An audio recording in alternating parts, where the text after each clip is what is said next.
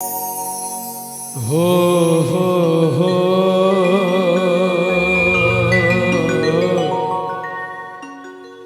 हा हा हा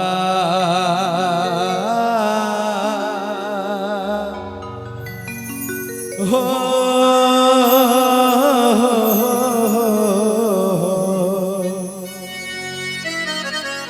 भक्त मंदिर जी गणपति जी के मंदिर में जाके कहते हैं कि गौरा माता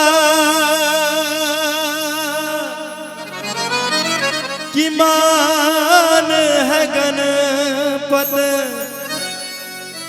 शिव जी दबर दान है गणपत कि पहला लड्डू ताल भोग लगाए सारे काम रास होने के। और एक बार सीधे सीधे दोनों हाथ उठा लेंगे सभी लोग जिनके पास फोन नहीं है, सभी लोग प्रेम से बोलिए गणपति जी महाराज की। क्या बात है, आएंगे प्यारे से म्यूजिक से।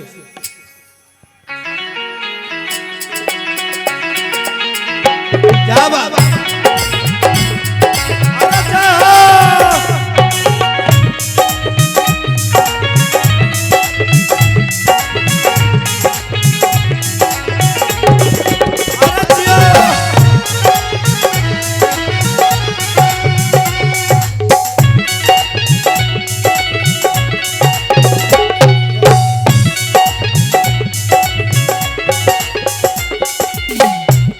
गणपति जी गणेश नु मनाइए, गणपति जी गणेश नु मनाइए सारे काम रास होंगे। गणपति जी गणेश नु मनाइए सारे काम रास होंगे। पहला लड्डू तल भोग लगाइए, पहला लड्डू तल भोग लगाइए सारे काम रास होंगे। गणपति जी गणेश नु मनाइए सारे काम रास होने के।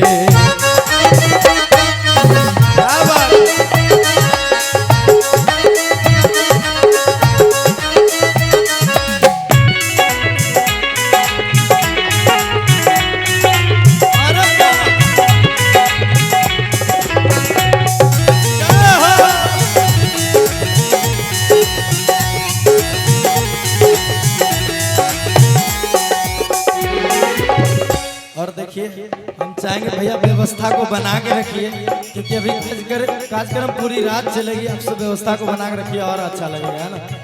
और दिल से धन्यवाद, इधर हमारे बहुत सारे यूट्यूब वाले भाई उपस्थित हैं, दिल से धन्यवाद। आप सब वीडियो को डालिएगा, है ना, ठीक है। गौरा माता मान है गणपत,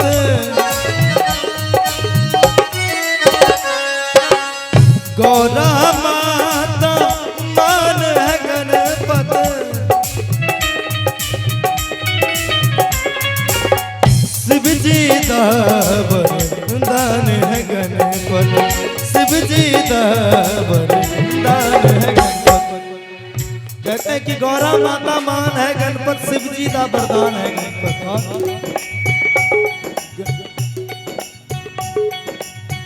गौरा माता मान है गणपत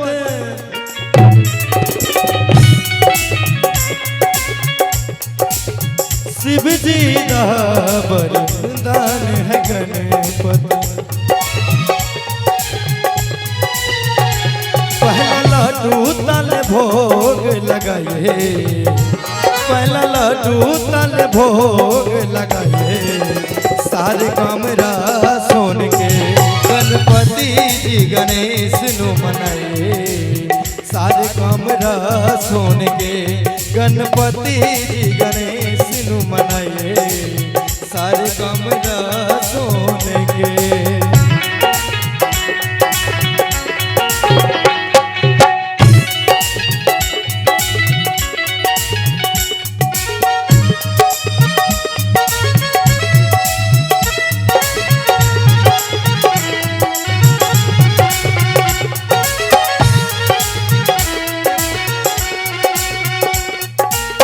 क्या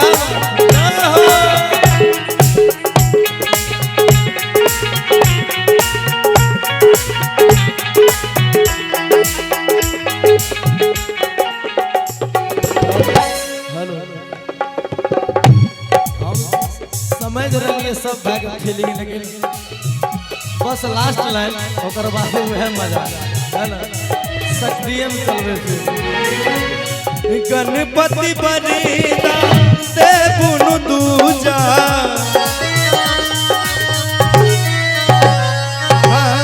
गणपति बनीदा से बुनु दूजा सबसे पहले उनकी पूजा सबसे पहले उनकी पूजा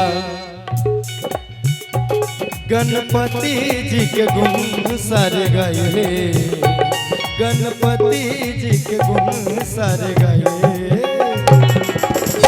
एक बार चाहेंगे आप सभी लोग आप डांस कर लेना है इस लास्ट लाइन में सभी लोग बस लास्ट भजन है सभी लोग डांस कर लीजिए उसके बाद फिर वही चलेगा ना सभी लोग लास्ट लाइन आइए।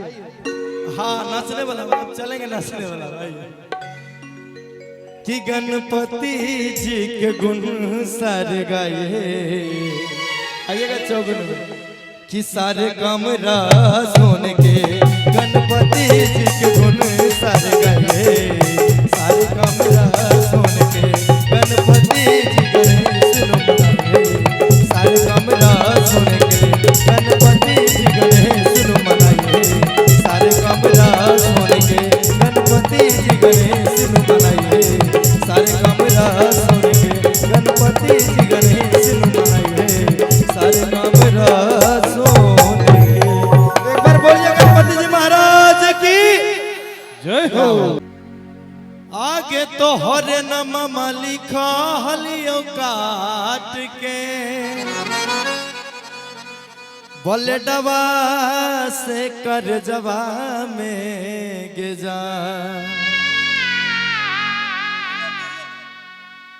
हमारो के ले चल ससुररिया बंद काके गोदर जवा में गे जा पूरे प्लेन है कौन कौन सुने थे सब सुने थे ना सभी लोग सुने थे क्या बात है।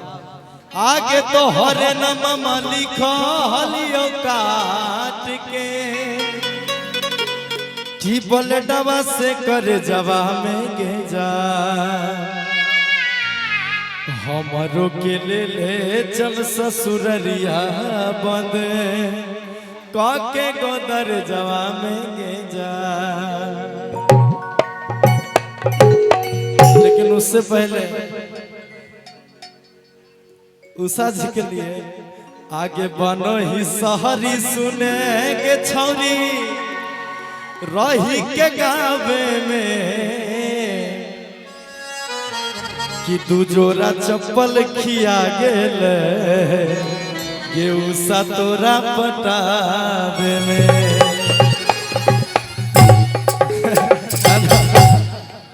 आइए बहुत सारा गाना है सभी गाने को बारी बारी से सुनाएंगे। एक और गाना आप सब सुने होंगे अरे की छतिया के खूनमा से लिखो ही चिट्ठिया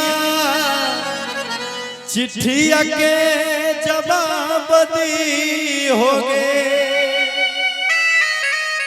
आगे पागल घोषित कैला को रांची पागल खाना में बंद करा बिल को पापा तो।